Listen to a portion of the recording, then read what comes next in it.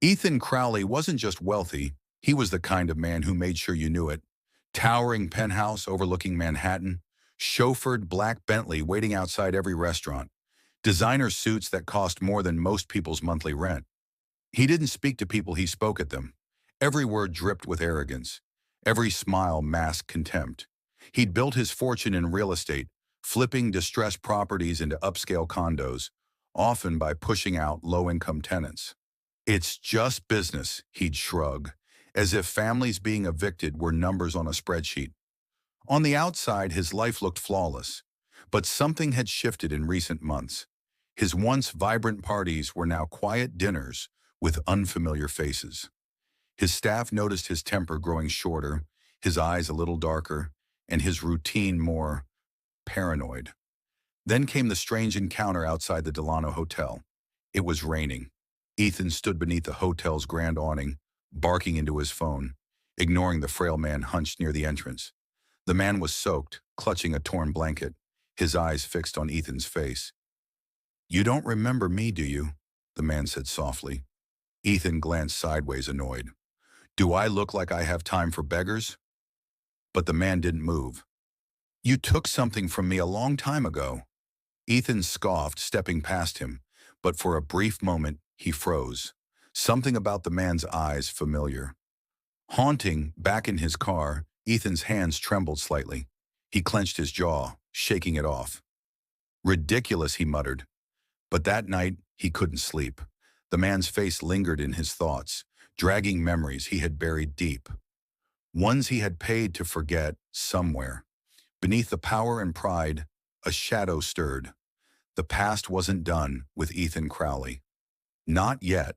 The next morning, Ethan sat alone in his penthouse kitchen, staring into a steaming cup of untouched coffee. Normally his days began with meetings, assistants buzzing around him, emails pouring in. But today the world felt eerily still. He couldn't stop thinking about the man outside the Delano. A memory clawed its way back, painfully slow. A small duplex in Queens, a young man and his father struggling to make rent. Ethan had just started buying properties back then. He remembered signing off on the eviction without blinking. The building was sold, demolished, replaced with luxury townhouses. Dozens were displaced. It was legal, yes. But was it right?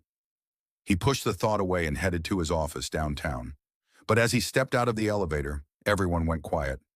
Eyes shifted. Conversation stopped his assistant. Mia approached nervously. Mr. Crowley, there's something you should see." She led him into his office. On his desk lay a thick envelope. No name. No return address. Inside were photographs, old, grainy, and unsettling. One showed Ethan, younger, standing in front of that same Queens building just days before the demolition. Another showed a child no older than 10 being pulled away by police as his father screamed behind him. Attached was a note, typed in bold letters. "Do you remember what you did?" Ethan dropped the photos, face pale. "Who sent this?" He snapped. No clue. It was hand-delivered. His security team reviewed the building's footage. Nothing. No one unusual. No timestamp. No trail. That night, Ethan locked every door, pulled curtains, left lights on in every room. But sleep stayed far. At 3:17 a.m., the doorbell rang. He rushed to the monitor. No one was there, only a single photograph slid under the door. It was the same man from the hotel, only this time. Younger, healthier, standing beside a woman and a boy. On the back, "You destroyed 3 lives. Now yours begins to unravel." Ethan staggered back. His past wasn't just haunting him anymore. It was coming for him. Ethan didn't go into the office the next day. He canceled all meetings, silenced his phone, and stared out the window for hours. The city below bustled like normal cars honking, people rushing, life moving forward. But Ethan felt frozen in place, as if something invisible had taken hold of him. He ordered his driver to take him back to Queens. The duplex was long gone, replaced with sleek condos and a yoga studio. But Ethan got out of the car and stood there, hands in his pockets, just staring at the concrete. He didn't expect to feel anything, but strangely, he did. Regret, guilt, maybe fear. He asked around, showed the old photo of the man to passers-by, but no one recognized him. Defeated, he got back into the Bentley. As it pulled away, he noticed a figure in the rearview mirror standing near a lamppost. It was him, the same man, silent, watching Ethan spun around. But by the time he opened the door and got out, the man was gone again. Just vanished. That night, Ethan received an email. No subject, no sender, just one line. You took my home, you took my mother, you took my childhood. Now I'll take what's left of yours. And then, one by one, Ethan's empire began to crack. His bank accounts were hacked. Millions vanished in hours. A whistleblower inside his company leaked internal documents, exposing years of shady deals and forced evictions. News outlets swarmed the story like vultures. Protests formed outside his office. Clients pulled out. Stocks dropped. Then came the arrest. The FBI stormed his penthouse at dawn. Ethan was dragged out in handcuffs, cameras flashing. Corruption, tax fraud, coercion, the agent said coldly. He had no words, just wide, empty eyes. And in the crowd outside, near the flashing red lights, the man stood again, calm, silent, expressionless. Only this time, Ethan recognized him.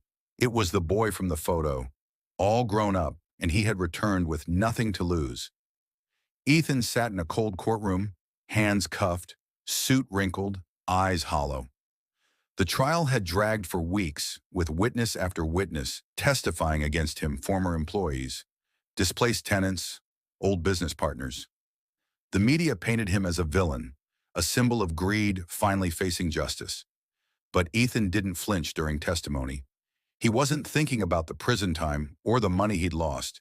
He was thinking about him, the man who had started it all. The final day of trial, just before the verdict, the courtroom door creaked open. A man in a simple gray suit stepped in. No camera followed him. No one reacted. But Ethan's entire body stiffened. It was him, the boy who had once cried outside that demolished home. Now a man who had taken down a giant. He took the stand, introduced himself as Caleb Rivera, and the room fell into complete silence. I was 10 when Ethan Crowley's company evicted my family.